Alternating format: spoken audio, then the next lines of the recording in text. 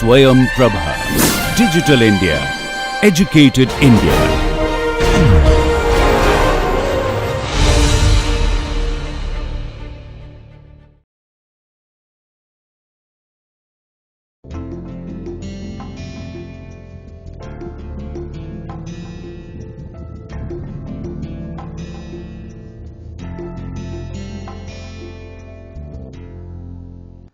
Okay, welcome to this lecture series on basic surveying, and today we are in module 7 and we'll talk about lecture number 2, and this is about leveling and contouring. What we have done so far in leveling and contouring, we talked about the datum. What is the datum? The mean sea level.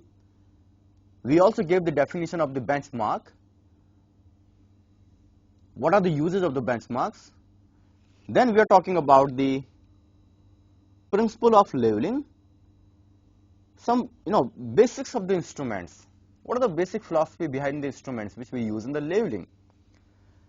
Then we talked about one more interesting thing there, that was because there in the earth surface we have the curvature, and as well as because of the atmosphere, the line of sight is not horizontal. Neither the line of sight is going along the level line as we desire. So in that case, when we take the observations on the staff using the level, our line of sight is not along the level line. It will have some error. So we saw the effect of that error also, and also we found the correction for that error, how we can eliminate that. What we will do today, we will be talking about balancing backsight and foresight. Then we will see in detail some leveling instruments, the staff, their types, levels, their types, and we will try to define the sensitivity of a bubble tube, and finally we will try to see, if the time permits in this video lecture, the adjustment of levels, how we adjust them. Okay, so we will start with this balancing backsight and foresight. Okay, I am going to draw another level here, and this is the line of sight, and over here our bubble tube, and in ideal case the axis of the bubble tube is parallel to the line of sight. If it is not so, let us say because of some reason the axis of the bubble tube is like this and it makes an angle theta, or let us say because this is an error angle E, so I write E. Now if these are not parallel to each other, then what will be the problem? Let's do the datum, this is the terrain, and over here I know, let us say HA, and my desire is to determine HB. I am keeping my staff at this point and at this point. Fine. My level, which is kept somewhere here, if the level is, the case is the axis of the bubble tube is parallel to line of collimation, then once I bring my axis of the bubble tube, or once I bring my bubble in center, my axis of the bubble tube will be horizontal, and because it is parallel to the line of collimation or the line of sight, my line of sight will be also horizontal. I am looking along the line, a horizontal line of sight. So in that case, this line is the horizontal line of sight, and for this line the observations RA, RB will satisfy our equation. Okay, the equation was RA plus HA is RB plus HB. Now in the case of the problem we discuss, what will happen with that problem? If it is making an angle E here, as you can see, I highlight this. Now these two are not parallel. This is the axis of the bubble tube, this is the line of sight. If that is the case, my instrument, once it reads the staff kept here, the line of sight will bisect somewhere here, and then it will be looking somewhere here. So in this case, my RA will be RA dash and RB will be RB dash. Now obviously you can see it very well from here. If this is the case, because of this angle E error. Now in this case, RA dash plus HA will not be equal to RB dash plus HB. If they are not equal to, then we cannot determine HB. Or if we determine the SB will be determined by some error. So there is some error in determination of this SB. So we are looking into a problem. Now how can we eliminate this problem? Is there a way so that we can eliminate this problem? Well, one method could be, we can say a physical method. You know, we are eliminating it physically. This is also called permanent adjustment. Now somehow in my instrument, I'm just making very rough figures here fast. What we try to do, the line of sights, that's the bubble tube, and the line of sight was not parallel to axis of the bubble tube. They make an angle E. I somehow try to take this axis of the bubble tube, we correct it, we change it, we make it physically parallel to line of sight again. So we can do it physically by playing with the instrument. There in the instrument there are some provisions, capstan screw we say, we'll talk about that later, and by playing with those we can again bring them parallel to each other. So we should have a method for doing that, because you know how to check whether they are parallel or not. How to check? Right now I am saying I have made them parallel, but there should be a way to check it that they are parallel. How to do that? So this is something which we will do when we talk about the permanent adjustment. So permanent adjustment is one method by which we can eliminate or minimize the effect of non-parallelism of line of sight and the axis of the bubble tube. What is the second method? The second method is, we don't do anything with the instrument, because not always we can change those things in the instrument. Rather, we adopt a strategy of observation. As you will recall, in case of theodolite also, we were observing the angles in a particular fashion, you know, face right, face left, taking the average. Similarly, we will try to do something here. In case of theodolite, we could eliminate the errors by principle of reversal. Something like that we will try to do here also. Well, what we can do?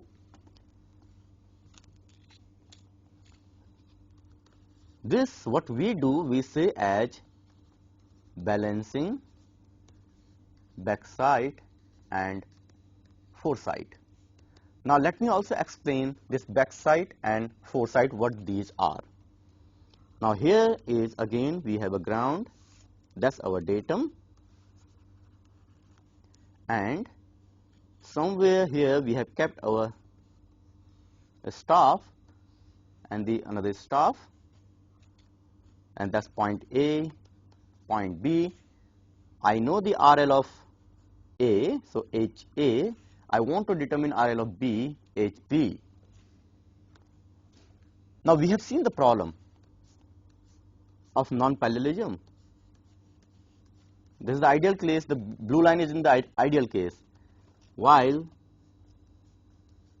this is the case of the error. If my instrument has got this error of non-parallelism, I will be taking the observations at RA dash and RB dash. We have seen this. Now how to eliminate this? What to do in the observation?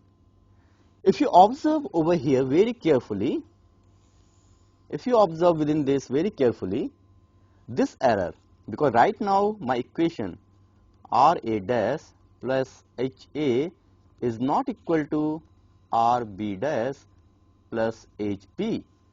In order to make them equal, what should I do? If you see here, because of the error in the instrument, we have some error here, EA. Similarly here also we have some error EB.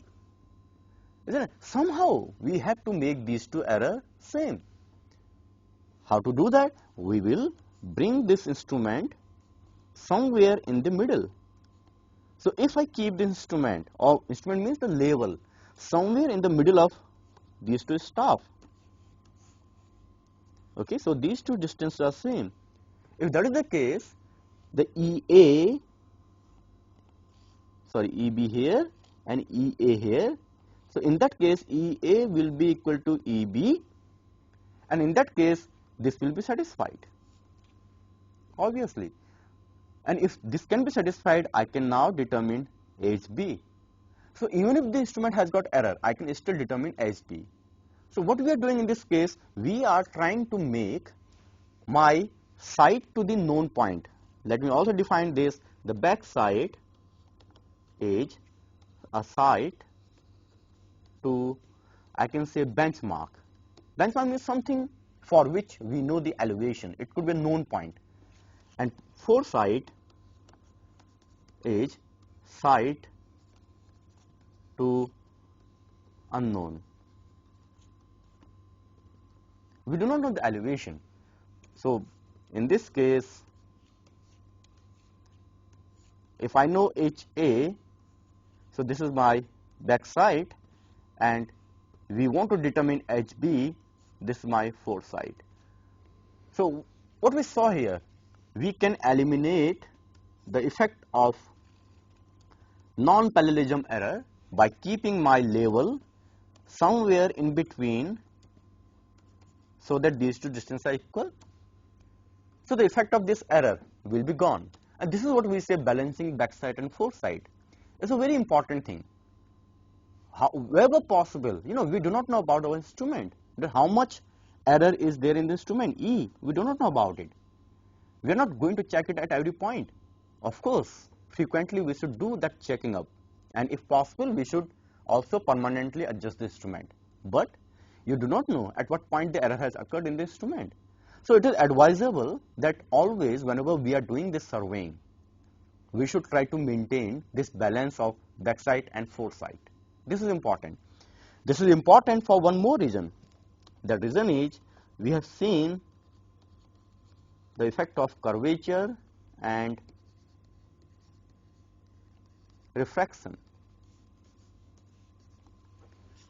What that was, if my datum is, that's the datum, the joint, the mean sea level, and somewhere here is my terrain, and over here I am keeping my staff, and another staff is kept here, vertical, and somewhere here is my instrument. That's the instrument. And we know when we take the observation with the instrument tries to establish a horizontal line of sight. So a horizontal line of sight here will be like this, which will not follow the level line. Also we know with the effect of the refraction, we actually don't observe along the horizontal line of sight, rather we observe along a curvature, and we take the reading somewhere here, RB, and somewhere here RA. In ideal case, I should have observed along a surface which is the level surface, parallel to this surface. So that would have been, parallel to that, something like this. But we cannot establish this. We know it already. We have seen the effect of curvature and refraction. So here in this case, as you observe, if my instrument is at a location which is not in between these two are not equal, my instrument is not in between two staff positions, then the effect of curvature and refraction is also not uniform in these two staff positions. We can see this effect is very large here, it is very small here. And because of this reason, because the effect is non-uniform, we cannot write our basic equation that RA plus HA is RB plus SB. They will not be equal. So again, we can eliminate the effect of curvature and refraction when we are transferring the RL of a point here to a point here by keeping our staff somewhere in between. Look, by keeping this staff, still I am observing along a wrong surface. I am not observing still along the level surface, but the effect of the error is eliminated. So this is the utility of balancing backside and foresight. Okay, now we are going to talk about the instruments, the leveling instruments. First we'll start with the dumpy level. Now in the case of the dumpy level, we have the eyepiece and the telescope here. That's the objective. Again the line of sight will be there and a bubble tube, and the bubble tube is parallel to this. Along with all these, we have the leveling screws here. This is a simple construction of dumpy level. What we do with the dumpy level, we first level it and then we start taking several sides. We will see a demonstration of dumpy level now. Okay, here is dumpy level. In this dumpy level, as you can see the various parts. Over here is the bubble tube, and this is the telescope, this line, and the line of sight is here. Axis of the bubble tube is here, and they have been made in such a way that axis of the bubble tube and line of sight, they are parallel to each other. Well, what we do, making use of the three screws here, as we did in the theodolite. So similarly, what we will do, I will keep it parallel to two screws, for example, these two, and I will level my bubble tube. Next, I will keep it perpendicular to that, and using the third one, I will again level it. So by repeating this procedure, it will be leveled. The meaning is, now wherever I take it, the line of sight will remain always horizontal. Having done that, what we do, we have the eyepiece here. So looking through this eyepiece, because there in the eyepiece we have a cross wire, we can sight the staff and we can take the readings. Now the second level in the series is tilting level. Now what is special about the tilting level? If I draw the line diagram here, this is the eyepiece, telescope, the objective, line of sight. Again we have a bubble tube here with the line of, the axis of the bubble tube, and by construction these two are parallel. Now in tilting level, the advantage is very fast. Why? Because instead of having these three leveling screws or three leveling head, we have only one leveling screw here, and using this we can do the quick leveling. We will see a demonstration on the tilting level now. Well, this is the tilting level. In case of the tilting level, as we saw that the telescope has got a screw, and just by using this screw I can tilt the telescope. So we use this for leveling. Where it is here, if I rotate it, this is the telescope and the line of sight, and over here I can see, in this case from here, the bubble tube. There are different kinds of bubble tubes. One which we see in the dumpy level, which we see externally. Here we see the bubble tube which is internal, and this internal bubble tube makes a U. There will be two U's and they will move about, and once it is one full U, then this is leveled. Well, how do we do that? This is the tilting screw. Using this tilting screw right now, what will happen? If I rotate it up and whatever the way, right now this telescope is tilting this way or that way. Okay, so if I have to sight, I have to take a back sight somewhere there. What I will do, my staff is kept there, I will just turn it there, make use of the target sight, this is the help, and using this target sight, I will bisect the staff. After having bisected that, I will focus it, that's the focusing objective, Once I focus it, I want to level it. So to level it, I will use the tilting screw. So using the tilting screw, my line of sight is horizontal and I will take the observation. The problem in this case is the moment I change it, the leveling will change because we have leveled it only in one direction. So we use this for the kind of things which we said, fly leveling, where we can do it fast. While in the case of dumpy level, this instrument here, once it has been leveled, you can use it anywhere. Everywhere the line of sight will be horizontal. So the thing is, wherever the staff is kept, I can take the observations there.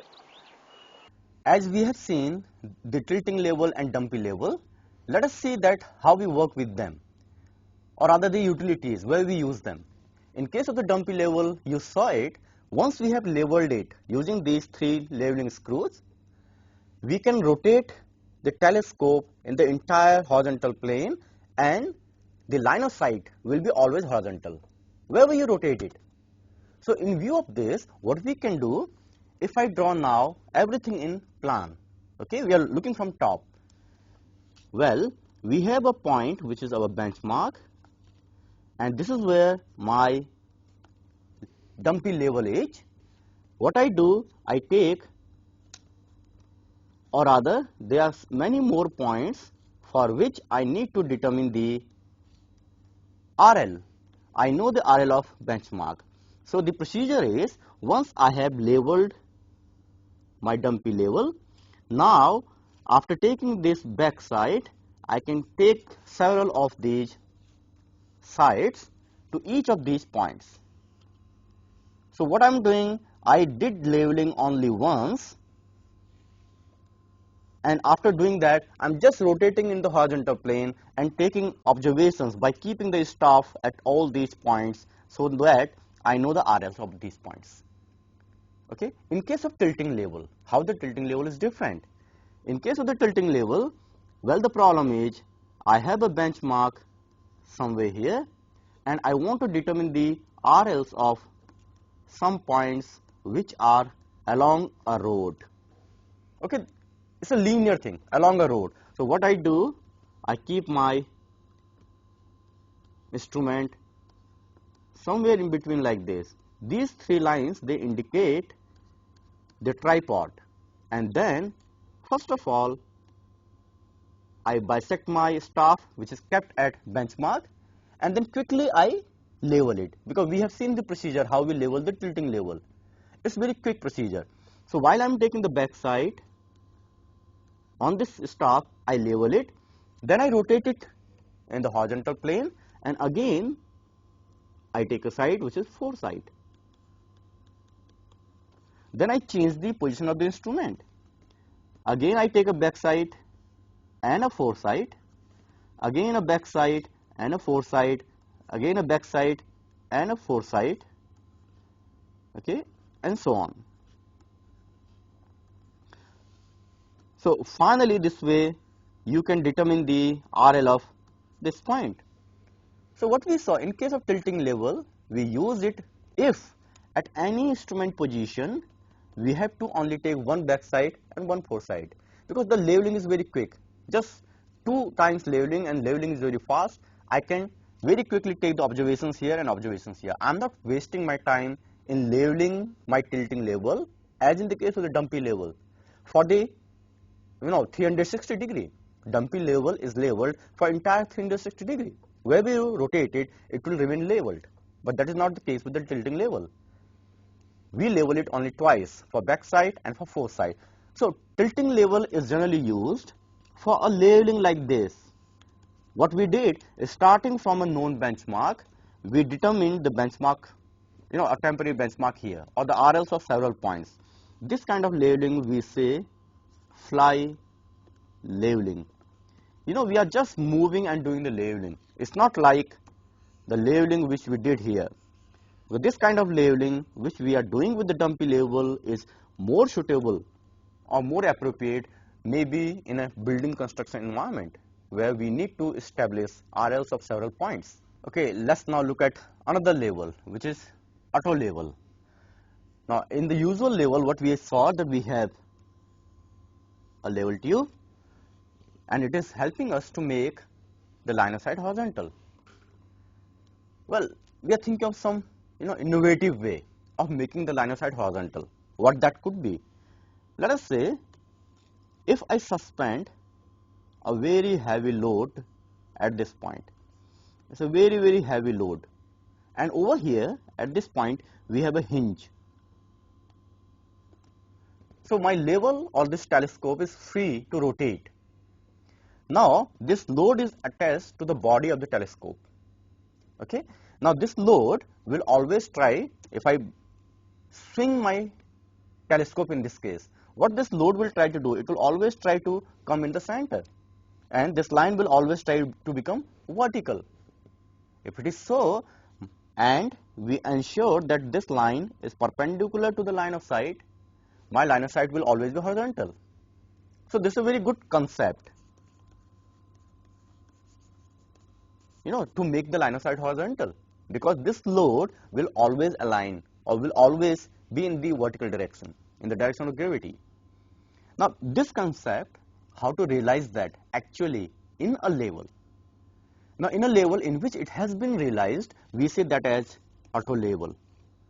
So in the case of the auto level, you have to do the leveling only a little bit, but the level automatically will make the line of sight horizontal. How it is done? If you look at the diagram here, now in this diagram, along with, there is no as such, you can see here the long bubble tube. Of course, we still have a circular bubble tube there, okay, in order to help us. We will see why in a moment. But in addition to the rest of the level is same as the dumpy level case. The telescope is nearly same. The difference is we have some extra optics here, as you can see here. Now this particular part, A part, is attached to the body of the telescope, while the part B is freely suspended. Okay, this part is freely suspended, so this part always maintains its position. So even if I change the orientation of the level, the part B will remain as it was. Okay. Now how it helps us? It will help because right now if I am bisecting edge, whatever is their edge, the reading, those rays of light, they are coming like this, and if this assembly A and B would not have been there, it would have been like the blue line here. So directly this blue line would have gone into my eye, and I would have read what is the value here or the reading there. But by addition of this extra assembly A and B, what happens? Again, from B it gets reflected, and through this optical train again it comes back and it follows the path same as the blue line in this case, while this level is horizontal. This is the case when the level was horizontal. Okay. So in the case of the horizontal, this will not make any difference. It will just, of course, change the route of line of sight or the range, which will come like this, go to A and then go to I. But what happens if I tilt my level now? If I tilt my level, as in this case, this part A will tilt with the body of the telescope, while the B will remain where it was. Again, from the same point as, because this is the line which is horizontal line, as in the previous case, this is the line which is the horizontal line. If my instrument is kept here, I should read point H for the horizontal line. So the point H, which is being intersected by the horizontal line of sight here, this point, the rays, they travel over here, and again by the optical assembly B and A, they get reflected in such a way that what my eyes see now is still point H. So even if my telescope is slightly tilted, I am still looking at the same point H. So what is the meaning of that? The meaning is, well, what we can do, even if my telescope is slightly tilted, it doesn't matter, because the assembly, optical assembly there inside is ensuring that the line of sight is horizontal, is ensuring that what I am looking at, the reading that I am reading, is corresponding to the horizontal line of sight. Now, can I keep tilting my telescope to any angle? No, because this particular assembly B will start, striking with the body of the telescope. So for this also there is a limit. So what we do while we work with this auto level, we make use of circular bubble. Now we know the use of the circular bubble. Circular bubbles are lethargic. They do leveling but not very accurate. So we do inaccurate leveling with that. So first leveling we do with the circular bubble. So my telescope is nearly leveled. The line of sight is not horizontal yet. Okay, nearly leveled. Now the rest of the job is being done by the assembly B and A. They will ensure even if my telescope is nearly level, okay, or not, perfectly horizontal, the line of sight for me is now horizontal. We will see a demo on this auto level now. Now this is auto level. Now in the case of the auto level, as we discussed before, it is same as dumpy level. There is not much difference. The only difference is inside this telescope, because the telescope is here, this is eyepiece, this is objective lens, and this is our telescope here. Now there inside we have an optical assembly which is suspended. Even if I tilt it, what will happen, that optical assembly will maintain its position. It will keep hanging in its original position. And using that kind of assembly, that optical train, it is possible, as we have seen just now, that we can always see along the horizontal line of sight. Now how do we work with this? Well, first of all, we bring this instrument, and let us say I want to keep this instrument here. So I set it up here. Set it up means I will make use of tripod legs, and I will try to make the tripod head, that's the tripod head, nearly horizontal. Okay, we know it how to do it. One more thing, as you will know, it's obvious, there is no need of centering of any of these levels. We don't need to center it because we can keep it anywhere. We are not interested in the height of this point where we are. Rather, we are interested in the heights of the point where I am taking the back side. I know the elevation of that point. Where I am taking the foresight, I am interested in the height of that point. So we can set it up anywhere. Well, this is partly level. The next, we make use of these three screws and we try to bring the circular bubble. The circular bubble is kept here, and I can see the circular bubble even from the side. If my eye is here, I can see the circular bubble without going on the top. That's why a mirror is provided here. So the reflection of the circular bubble can be seen on the mirror. Well, once the circular bubble is in nearly center, that means the rest of the job will be done by the compensator. Now the compensator makes the line of sight horizontal and we are ready to take the observations. Now here in this case, in many of the levels you will find that we have also, as in this case, some graduations. Now these graduations here are 0 to 360. So, it gives you an idea of measuring the angles also. Sometimes you can use it to measure the angles. Well, in this instrument, to focus the objective, and this is to give very small, I can rotate it by hand, of course. I can rotate it by hand, but to give very small tangential or very small rotations, we use these tangent screws. Similarly, as in all the instruments, we have the line of sight or the rifle sight here.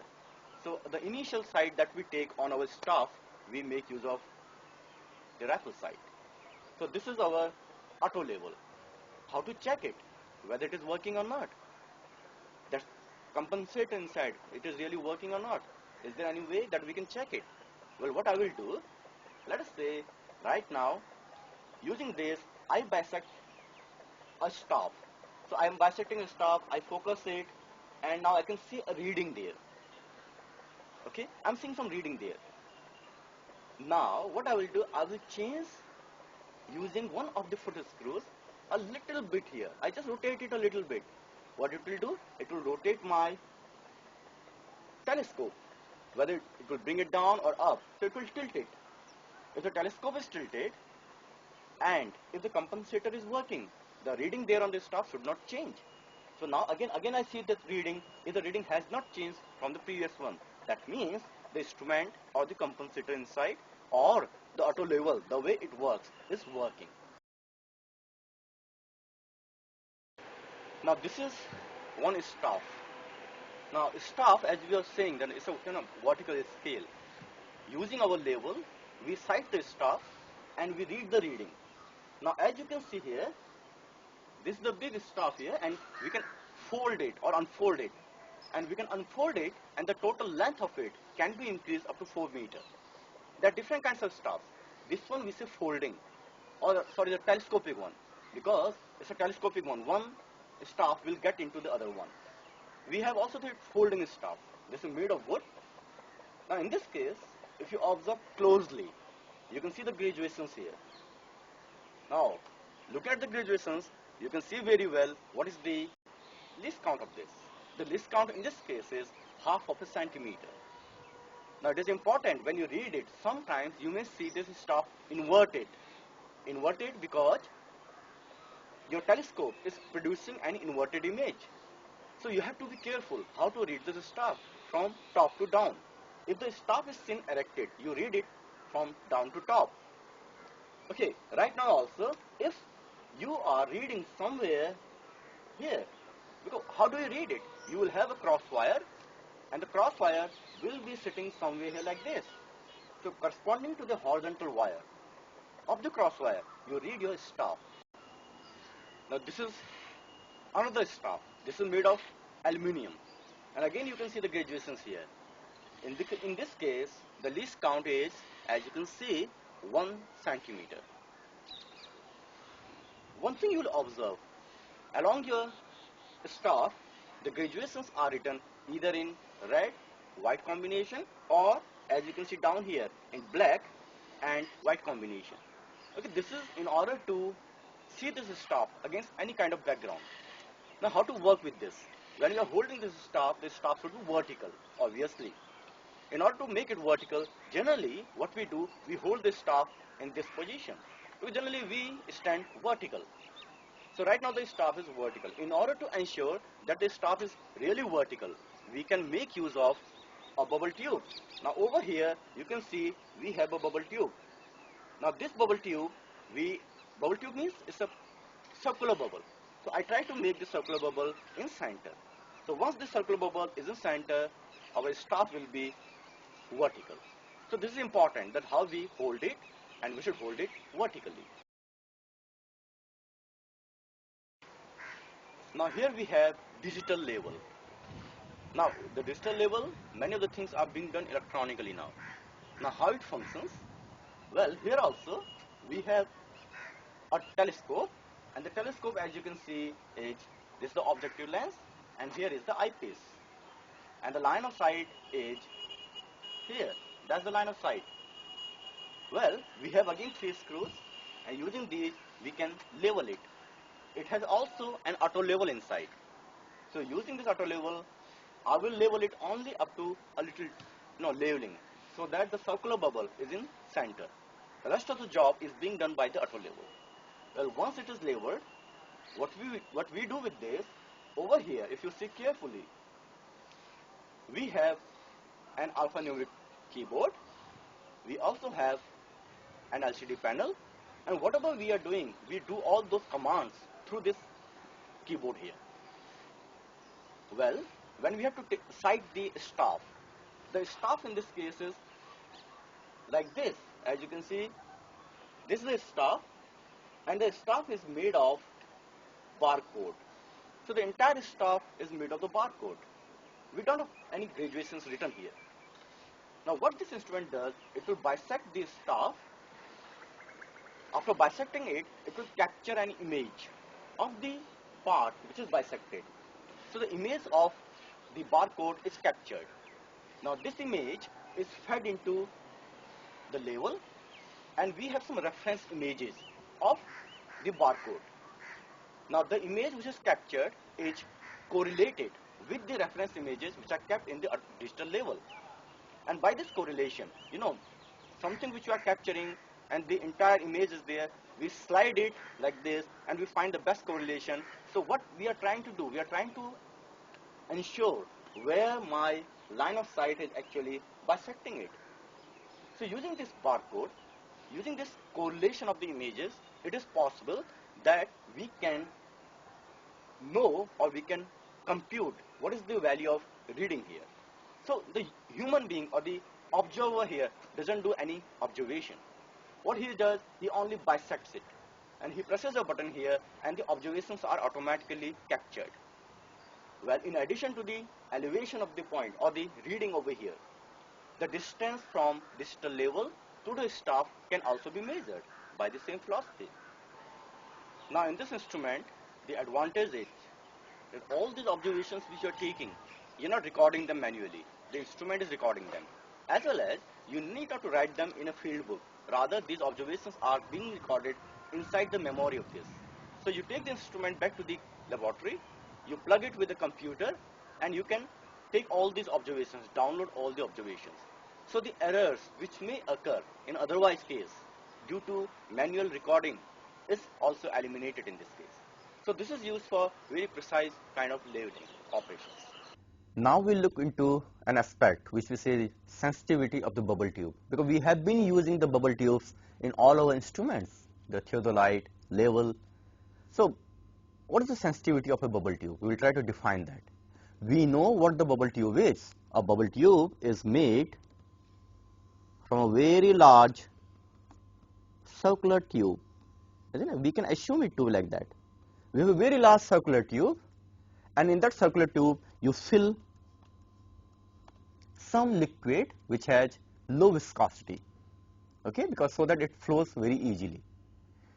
Now what we do, if you fill that liquid and you leave a little gap there, so that gap will become a bubble.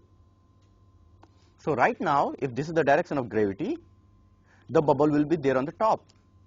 If I rotate this circular tube, you rotate it, still the bubble will maintain its position. The bubble will remain always on the top. Okay. Now, our actual bubble tubes which we use in the leveling instruments are only a part of this. So what we do, we cut a little part of that big tube and we use this little part. If I see this part in plan, it will look like that's the casing within which my bubble tube is, and somewhere here is the, let us say that's the bubble tube which is being seen to us, and that's the middle of it, and these are the graduations in that. Now we have defined this particular center part of it over here is, let us say here, and a line at this point tangential to it is the axis of the bubble tube. So at a point here, tangential to it is the axis of the bubble tube. Now when we say the bubble is in center, as the bubble is in center here, what is the meaning of that? When the bubble is in center, that bubble will appear as if it is like this.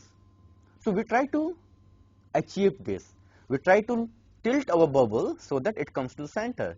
Once the bubble is in center, my this line axis bubble tube will be horizontal. That's the basic thing. Now the sensitivity of a bubble tube is, I give you two cases. Let's say there are two bubble tubes, A and B. In case of A, and over here, if I rotate this bubble tube, this big tubular circle, okay, I rotate it by a small amount. Let's say this is theta angle. I rotate it by theta angle. What will happen? The bubble will move slightly, or I should say bubble will not move, but the tube is moving. Of course, that's a relative thing.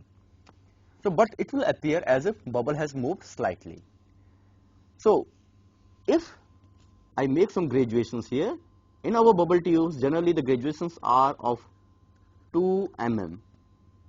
If for tube A, I need to rotate it by 20-second angle in order to move the bubble by 2 mm, and in the second case, I need to rotate it by 40 seconds again to move it by same 2 mm. Now, which of these two bubble tube is more sensitive. More sensitive means more active. Now we know it now that for this bubble tube, only little angle movement, only slight movement moved the bubble by 2 mm. So this A is more sensitive. So we define this sensitivity like this only. What is the angle theta by which we need to tilt the bubble tube in order to move the bubble by 2 mm. So this is how we define the sensitivity. This is theta second, 2 millimeter. That's the sensitivity of a bubble tube. Now what are the factors which will control the sensitivity of the bubble tube? Well, you can think about those. You can imagine, start thinking. Viscosity of the liquid, yes. The radius of the circle here, this radius, larger this radius, better will be the bubble, more, fast, more active, that is the sensitivity. The internal friction, because there is a tube and there are the walls, and when this liquid is moving, it will have the friction. So if the walls are very smooth here inside, it is definitely better. Okay, so these are the parameters, these are the factors on which the sensitivity of a bubble tube will depend upon. Okay, now we will talk about permanent adjustment of a label. We have seen the problem with a label. It may happen that the axis of the bubble tube is not parallel to the line of sight, and we have seen what kind of problems it will lead to. We know how to eliminate this problem by taking a method of observation, a strategy of observation by balancing backside and foresight. But not always it is possible to balance backside and foresight. The field is very different. So in that case, it will be desirable that we eliminate this problem from the instrument itself, and this is called permanent adjustment. So what we'll do, we'll try to see, how we can adjust our instrument, and before that, to test if these two are parallel or not. So in order to do that, what we'll do, we'll carry out a test which is called two-peg test. Now how this two-peg test is done, we'll see it now. Over here, we have a terrain. Okay, again the point A and point B are there. Point A, the RL of that is HA, and this is HB, which we want to determine. Well, this is our label, and as you can see, the label ideally should look in the horizontal side, on the horizontal direction, which is not the case. I have kept the label here, and the label is looking in an angle, at an angle.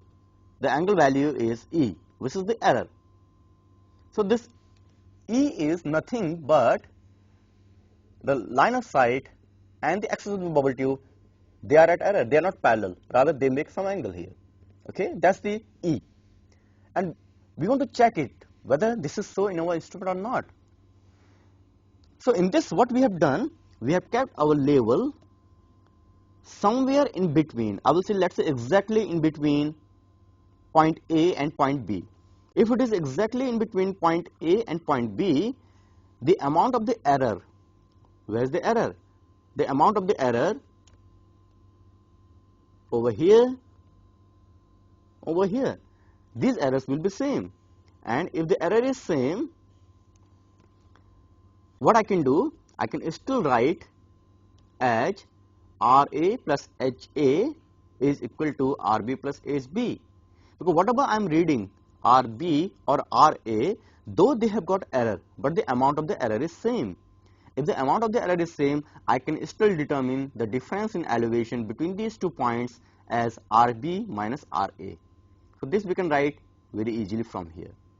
Okay, this is something which we do in the field, because this two-peg test we do in the field. In field, this distance D could be, 20 meter, 10 meter, that kind of thing. So I keep my instrument here, and 20 meter away from the instrument, I keep this staff at A, and 20 meter on the other side, I keep this staff which is at B.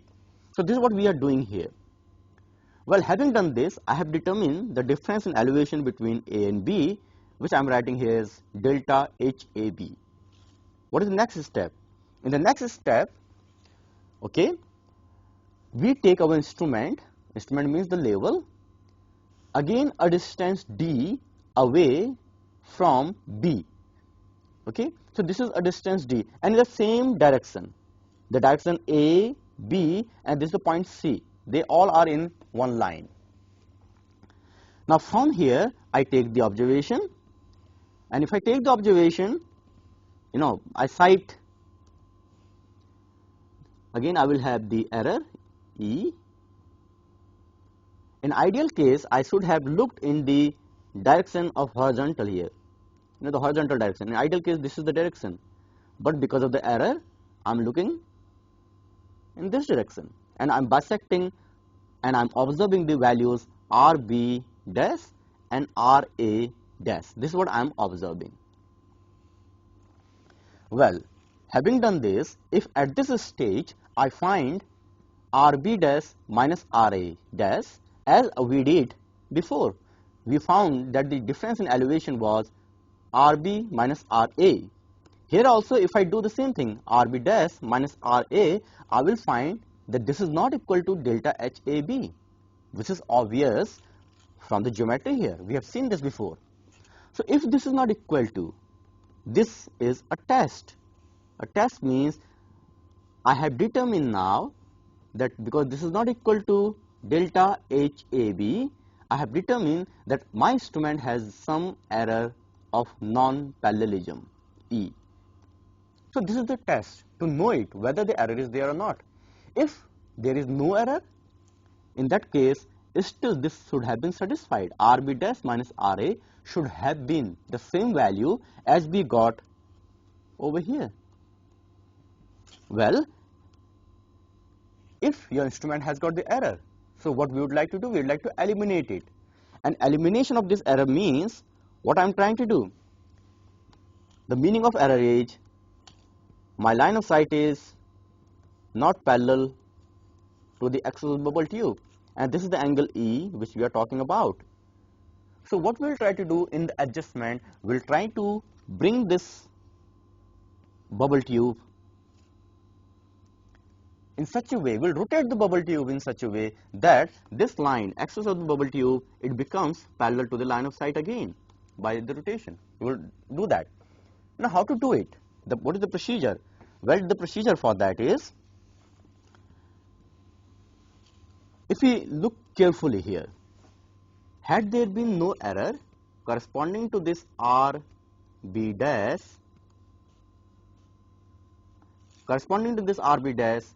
the corresponding reading here, RA double dash, we can determine simply by,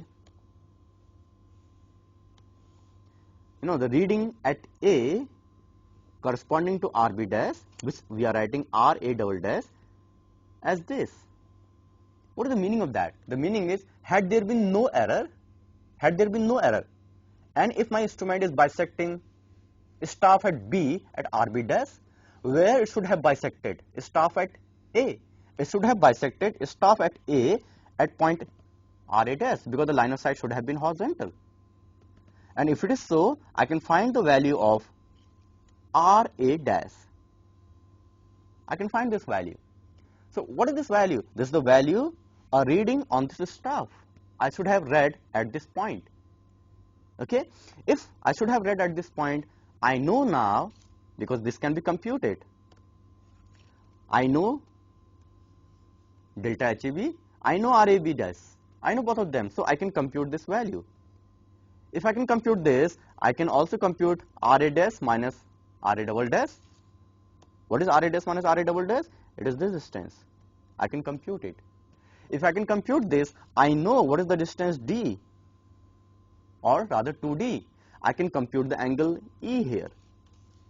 So I can write it in order to compute the value of angle E.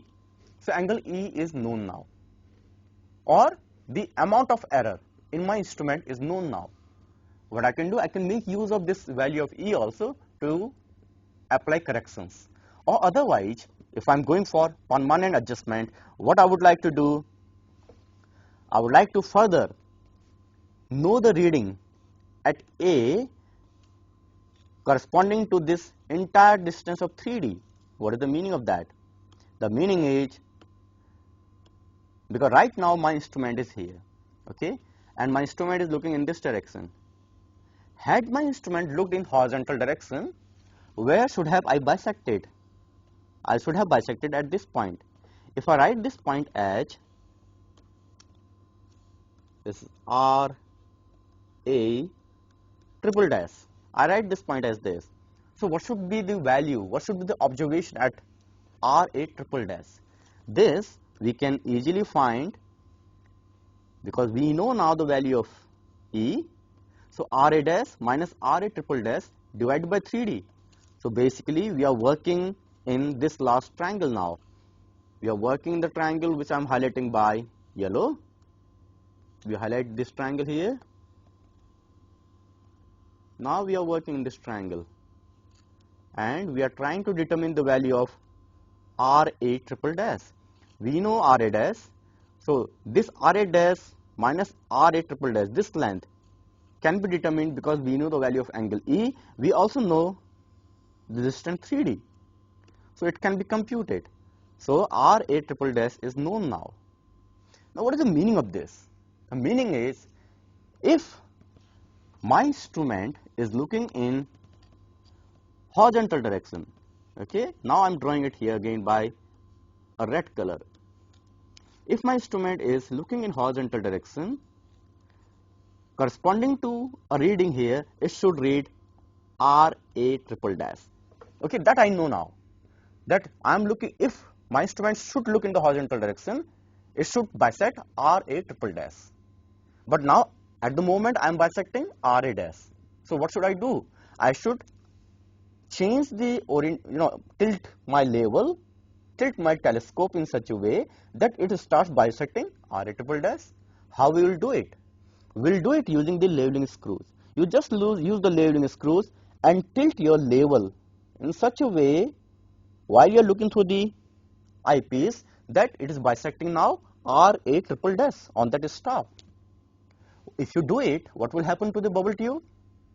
The bubble tube will go out of the center because your level is now like this, because you are bisecting a different point. You have lowered it, you have tilted it, and because of that your level will go, earlier it was horizontal, now it will not be in horizontal, or rather the level will go not in center, it will go out of the center. So if that is the case, if the level has gone out of the center, this line of sight, at the moment the line of sight is horizontal. Now the way we did it, we have established a horizontal line of sight. Now what we want to do, our telescope right now is horizontal, we know it, by bisecting R A triple dash. But now my level is not horizontal. So what we will do, we will change the bubble tube. We will use some screws there in the bubble tube, the capstan screws, and using those we will either raise it or lower it so that my bubble tube also comes into the center. So what we are trying to do, we are making a horizontal line of sight, my telescope is horizontal. By changing the level, I have brought it to the center, so the axis of the bubble tube and the line of sight both are horizontal now. So that can be established. So this is the permanent adjustment in the instrument. So we have seen the various kinds of leveling instruments today, the utility of balancing backside and foresight, and we also saw that how permanent adjustment can be carried out in a level. Thank you.